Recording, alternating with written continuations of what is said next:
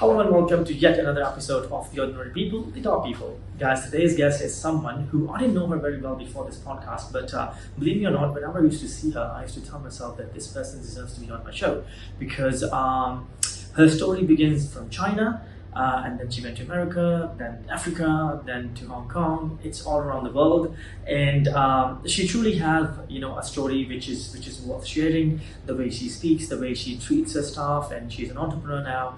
I really believe that we had so much to learn from her. So yes, sit back, relax. Today's episode is going to be in English. So yes, let's have some fun, get inspired, and get motivated as well. Love you all.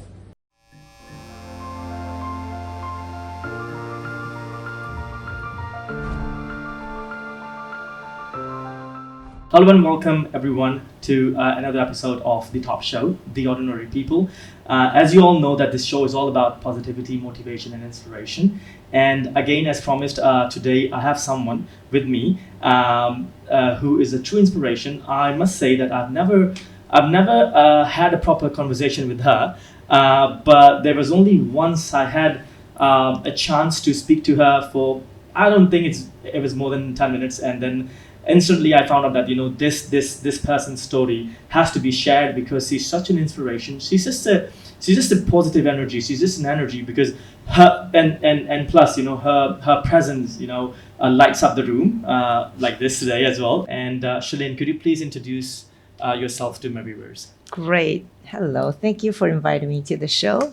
My name is Charlene, and I was actually born in China and actually have lived in Hong Kong for 16 years. And I've obviously, my whole family immigrated to the US when I was 10.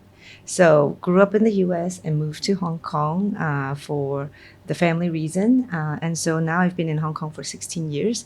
So that's just a little bit about myself. And I am currently the owner of Africa Coffee and Tea, which I certainly will have a lot of stories to share with you about that, how I got started and, what brought me to become from the corporate to my current state.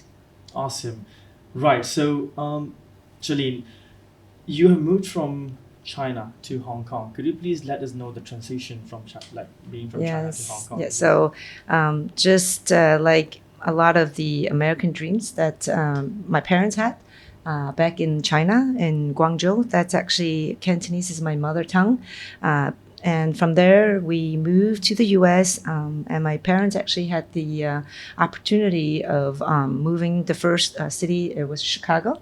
We actually still remember back in many years ago as English as second language. So we actually really, my parents worked their way up and really wanted to offer us a good education in the U.S. Back in the time, that's actually where the American dream, where I'm grateful for the opportunity of being able to obtain the education and job and worked in the U.S.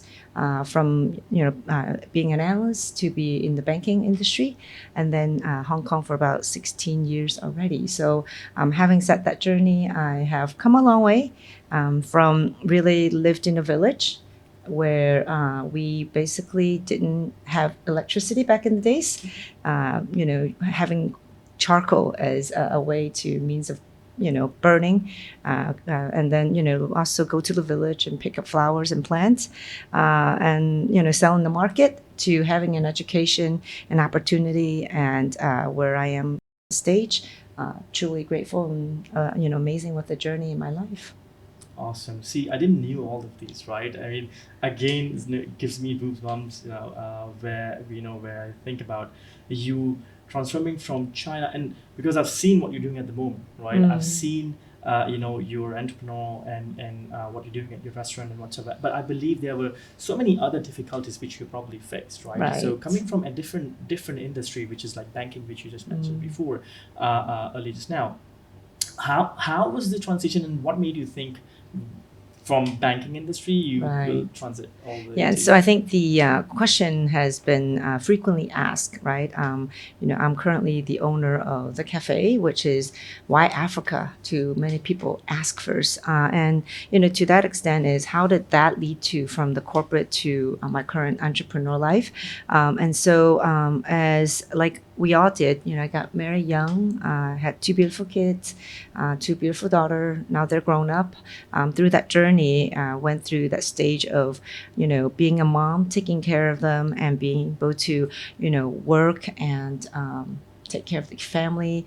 At the same time, I got burned out by just. I was very lucky. I speak fluent Cantonese, Mandarin, and English. So coming to the U.S. From U.S. to Hong Kong, I was actually landed with a job to actually be a CFO. Wow. I said, okay, CFO in what? In solar panel industry. So started with that of really panicking. I said, well, given I have that education background, that doesn't mean I'm going to be a CFO.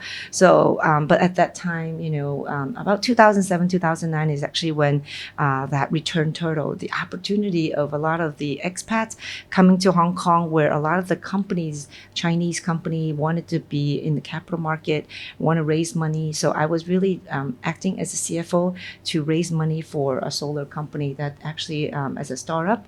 So because of that, I was able then to do a lot of roadshows because of the language advantage that I have. And then from there, worked for another company that was jewelry company. Also did the roadshow, helped them raise money. But having said all that, I've put in a lot of passion, into my job. Where then, there's also company in China growing too fast, couldn't keep up with their statement, the book and order. So then there was this whole restatement, and so I felt, having that, you work so hard for someone, the return, what you get is stress. So because of that, I said, I want to take a break, and because of that. And I met some friends in Hong Kong from Angola. I said, okay, would you like to take me there? I'll come if you bring me. So of that opportunity is just basically say, I have nothing to lose. Take me. I'll go ahead and explore. So that transition really changed my life, of just basically looking at what Africa, as I didn't know anything, that was back in 2012, to say, let me go and explore. So from there, going to the first African country, which is Angola, the Southwest. And so that country in particular speaks Portuguese. And I said, whoa, in Africa, speak Portuguese? So it became a lot more interesting for me to actually say, oh, it's Angola. So from there, I was just basically going there to have fun, to say, hey, let me know what is available there. And then the first dance I learned there was kizomba, the very central dance. And from there, I said, wow, eye-opening. People are so passionate. The food is very different. It's Portuguese colonized country. So there's a lot of seafood. The air is very fresh. So it just really allowed me to actually see the beautiful country in a very different perspective. And from then on, looking for some opportunities still. I was a little lost at that time. Wasn't sure if I wanted to go back to the corporate or should I start something. So I was trying to look for a project, maybe make some commission, easygoing life. Mm-hmm. That was the intention. Right. But it didn't happen, obviously. When then, you're so new to a country, trying to explore, it became a bit different because I couldn't speak the language, which is Portuguese. Right. So after that, just came back to Hong Kong, did a bit of consulting work, set up my office in Central. And, again, an opportunity came. My friend gave me the coffee and said, hey, you want to do some coffee from Africa? I said, okay, well, let's, talk about coffee, as I'm a coffee drinker. And so from there, just brought me the 50-pound roasted coffee. Let's call it Africa Coffee and Tea together, create this concept. Right. And I said, well, this concept we have no brand. What are we going to do? And so because of that, I just did the white paper research. Again, the first white paper I read was Angola was the world's third largest producing country before the Civil War, which is 1970s. Wow. And then again, brought me back to Angola to the very first coffee conference. And then from there, I did some research. And then I went to Ethiopia, Uganda. And so that was 2016. Again, everything happened with that journey. And so I went to Uganda. A group of ladies said, are you ready to take a whole container of coffee from me? Wow. I said, you know what? That's the business opportunity. Because I have to see, is there an opportunity? And specialty coffee, if we now look at it, started right around 7-8 years ago in Hong Kong. And so because of that, I said, you know what? I think I see a niche. which is actually the specialty coffee. We talked about the birthplace of coffee, which is actually Ethiopia, the Horn of Africa, but many don't know, right? And so as I got to learn more and more, it really fascinated me and allowed me to see something that others don't see, allow me to do something I wanted to create a difference of, nobody, very, very few of my professional friends. I came from the corporate world. Everybody comes back to Hong Kong, say, Charlene, just come back safe. And that allowed me to, again, say, guys, it's beyond what you think. But I want to allow people to know what it is. But even for me, I'm so new to the industry where I have to read and learn. And just like anybody, you learn from nothing.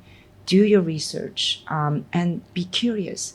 And be able to say, I want to be hungry for what I want. And I want to do something I am so passionate about.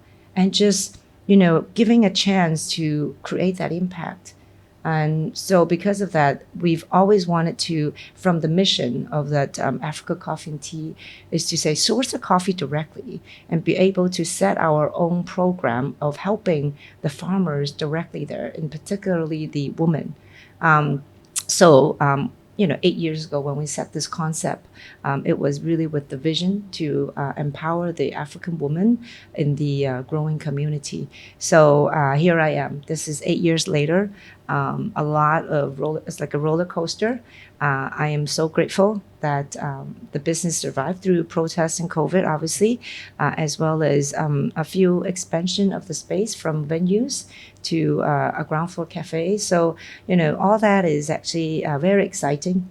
And here I am. I'm just truly grateful to share my journey to the audience. I've been to your cafe before, if you remember. Yes. I hope I paid for it because normally I don't. Don't worry, I'm charging you interest. But yeah, I like the food so much that I'm sure I paid for it, and then now I can see that you have expanded to the ground floor as well. I myself, as an entrepreneur, I can feel all the stress now because I'm learning as well. I see so many things which has happened, and secretly I have been stealing your ideas, because when I used to go to a cafe, I'm like, what is this boss doing? And the way you treat your staff, the way you work with them, I think that was amazing. Could you tell us a little more about for the people who are actually starting this journey, or they are probably they want to reach somewhere where they're stuck at the moment. Could you just please help us more with that? Yes, it's not easy, right? And I think we had the opportunity of, we make a lot of mistakes, and there were never going to be the right way, right? And so when we started, in particular in Wong Chuk, where the heck is Wong Chuk is when everybody asks, in the middle of nowhere, right?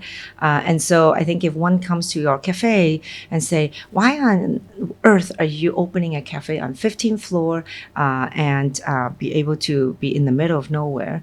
And that's where sometimes you go with your instinct. You go and say, I really feel this is something I wanted to do. And then I managed to see an opportunity where the view was spectacular. Location is super convenient by the MTR. And I said, I want to do something very different than I don't think in Hong Kong anyone has done it. So allow yourself to say, is there something that is very unique out there? And be able to be the first entry, right? And I took all that consideration and risk into that perspective. Now, again, did it work? Absolutely not in the beginning. I remember because it's Africa Coffee and Tea, I really started with just trying to serve coffee and pasta. And then the demand was more like, oh, do you guys serve any African food? And so I was never in the F&B world, by the way. So I have zero culinary experience. I cooked for the kids when they were young, and they survived through growing up. That's it. Okay. Right. Okay, I make the best dumplings. Okay. Right. All right, done. Is that not on the menu, right? That's not on the menu. I actually did put some on the menu, but anyway, it's not there now. I can make some for you on the side.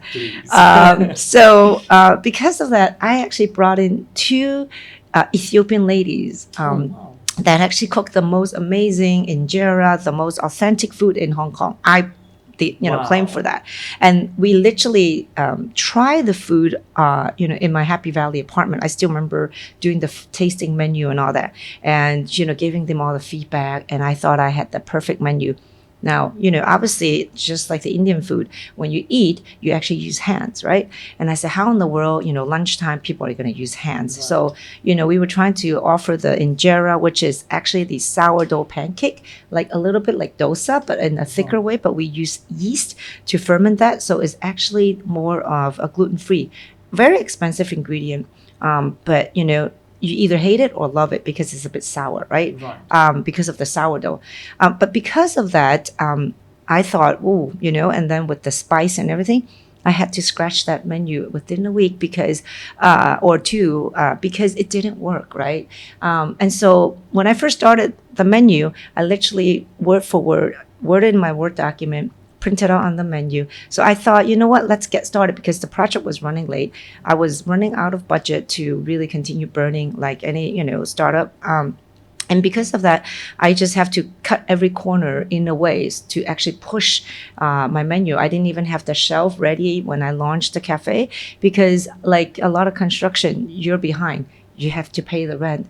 I said, guys, I can't postpone. It was supposed to be October to November. I went through all that. And so, and being on 15th floor, I managed to negotiate with the landlord. Then we actually set up the Grab and Go on the ground floor. And then from there, lead people to 15th floor. Having said that, mistake, yes, absolutely, we made a lot of mistakes. First few weeks, revamp the menu, and then allow the palate from Hong Kong, because being Asian, I tend to understand what it requires and all that. And so we just really continue to refine and refine and make that mistakes and learn from what we need to allow ourselves to, don't be shy and take feedback from the customers positively and be able to say, yes, we are new. Love to have your feedback and be able to allow people to say, please, if there's anything, help me, be my mentor, give us your feedback so we can be there to support you. And I think having that to allow people to know you are at the beginning, they are more understanding and have more, I would say, options for you to make mistakes. That's so true because I remember this thing because there was once you asked me the same question. I'm pretty sure that you don't remember. You have been asking this question to so many people, so many of your customers. But then yes, you came to me and said, is there anything that you think we should improve and all that? But me and my friends were like, this is amazing. Why is she even asking us this question? Because we actually thought you guys have already been doing so well, and in order to doing well is one thing, but then staying maintaining your position in that place, it's also equally hard, isn't it? Right. And then I was like, okay, fine, this is something which is really because there are some other people which are who I've seen in some other businesses and all that, they are very shy or they're very afraid to ask questions from their clients, from their customers, saying that if they do let us know if there's anything we need to improve or we need to work on or whatever. They think they're already doing what is the maximum they could have done, right? But yes, coming from you, coming from myself, I actually do the same thing as well nowadays. Right. I ask my customers if there's anything you think we can improve or whatever. We are always here to learn. We're going to be learning new things, new skills every day. And so there's we can't be shy. We can't be sitting down in the corner and say, what, okay, fine, you got the food, you bag it the money, and that's it. I think another component is very important is certainly being able to be hands-on, right? I think a lot of the owners, they basically appoint others, just do it, right? And, certainly I like to be there one day. And I'm already much better now compared to 5-6 years ago. But I still remember when I first started, and I have to learn even not enough staffing to do the dishes, wiping every corner. When you have events, putting all the tables, everything. So I was actually playing multiple roles, and I think it's important because when you actually are in that role and doing all that, and when a staff comes to you and challenge you, what you might want to do, you say, unless you haven't done it, you cannot challenge it. But if I have done every single piece of task, I know how I expect from my team. So I think it's very important that as an entrepreneur that we need to be hands-on, be able to challenge the team. But if you have never done it, don't over challenge them too much because they may have the experience. But even when sometimes you've done it, and I've learned throughout the years is, we didn't have room to make, like I would say, make the change today, and then tomorrow we change the menu. So the operation couldn't keep up with my change, right? And I've learned to, tone down a lot in terms of the speed, because you have to learn to work as a team. Because from an owner perspective, we want the change ASAP. We want this, we want sales, right? Because we come from pressure of how do we pay the bills, right? Now, the other side is when you have the team, you're like, well, it's not my business. I understand your change, sense of urgency, but my team, I'm not ready for. So there's been a bit of that sort of haggle, issues between the team sometimes that I've also learned. So I have also learned to better work with the team, better to allow the team to openly communicate. So all of that has been years of, I would say, together working and making mistakes, but allowing them to also learn from you and you learn from them.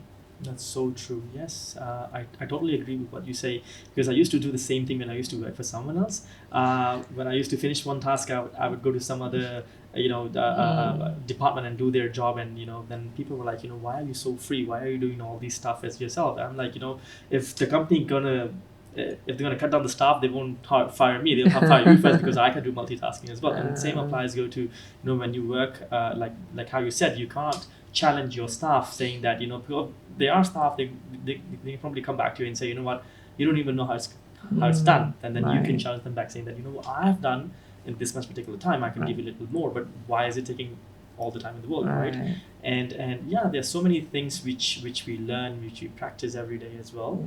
And I think another point is do take on the consequence of the decision you make. And I say that is because when I take on the decision, I know whatever is going to be right or wrong. If I'm going to make money, lose money, I have to say, I have to earn that mistake. I have to earn that decision, because that is a decision. Everybody say, Charlene, you shouldn't, why don't you go look for a job? You can easily go for a corporate job and all that. I said, I'm committed to a decision that I've made, and whatever that journey is, I have decided to embrace that. And that's actually when your mind is already allowing yourself to say that, this is my journey. I'm going to ride with that. And the rest becomes a lot more easy.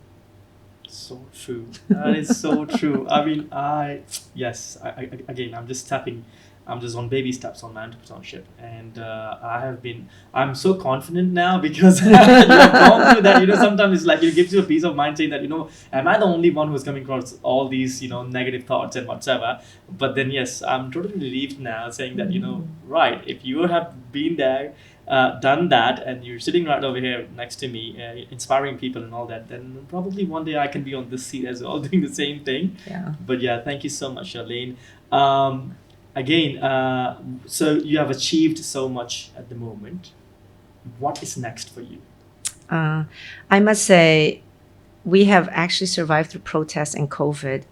I said to my team, I said, we are rebooting. Right? So we rebooted since March of 2023 because government really just opened up.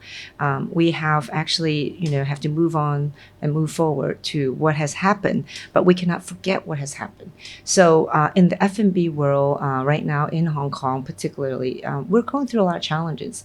And we have to admit that, right now, if we're able then to continue, be able to get through this year, work through, don't even expect that we're going to have this huge, profit, right?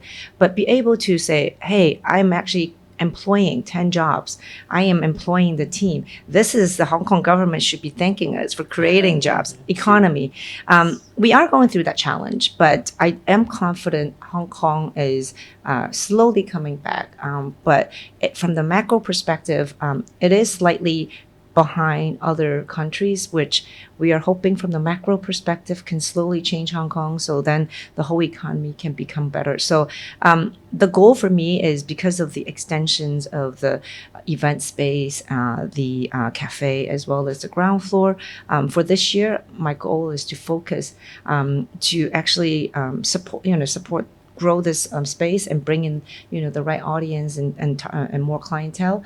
At the same time, I'm working very hard to push the Wong Chuk community event, which I'm super, passionate about.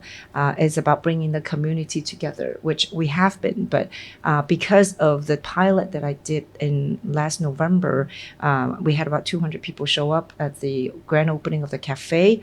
Ground floor at the same time launched the pilot of the Wong Chuk community event. We decided to go ahead and make this as a collaboration with the Southern District and to allow the whole community to work closely with the SME, support the small business enterprises to be able to say, why don't we work with the government, get a little bit more funding in this NGO and be able then to create market space, farmers market and all that in the area of Wong Chuk Hang. So that's my plan for the remaining year. And obviously, along with the business growth and, the next few years, we shall see. But, once a Southsider, I say will always be a Southsider. When I was in Chicago, I joke about that. I actually did live on the South Side. Right. Very close to the Chicago Bear, Right. yes, Shed Aquarium. So that's South Side. And now here I am, I'm still a South Sider. So once a South Sider, always a South Sider. Awesome. Thank you so much, Charlene, once again for sharing your amazing journey, inspiring a lot of people. Now, I'm pretty sure everyone you must be agreeing that, the reason why I have her on my show, great personality, full with energy, doesn't stop doing something new and learning every day, which I believe that should be it. If we live this life, we should be learning and thriving to go on and beyond, right? Last but not the least, Charlene, a message for my viewers, please. What is your message? Definitely stay positive. When days that you actually are down, just say tomorrow will be a better day. So the motto is always stay positive and be energetic. And whenever you're down, just always remember tomorrow will be a better day. Thank you so much once again, Charlene. And yes, as promised, it's going to be a great show. It was a great show. And I'll see you guys next time. Thank you and take care. Thank you.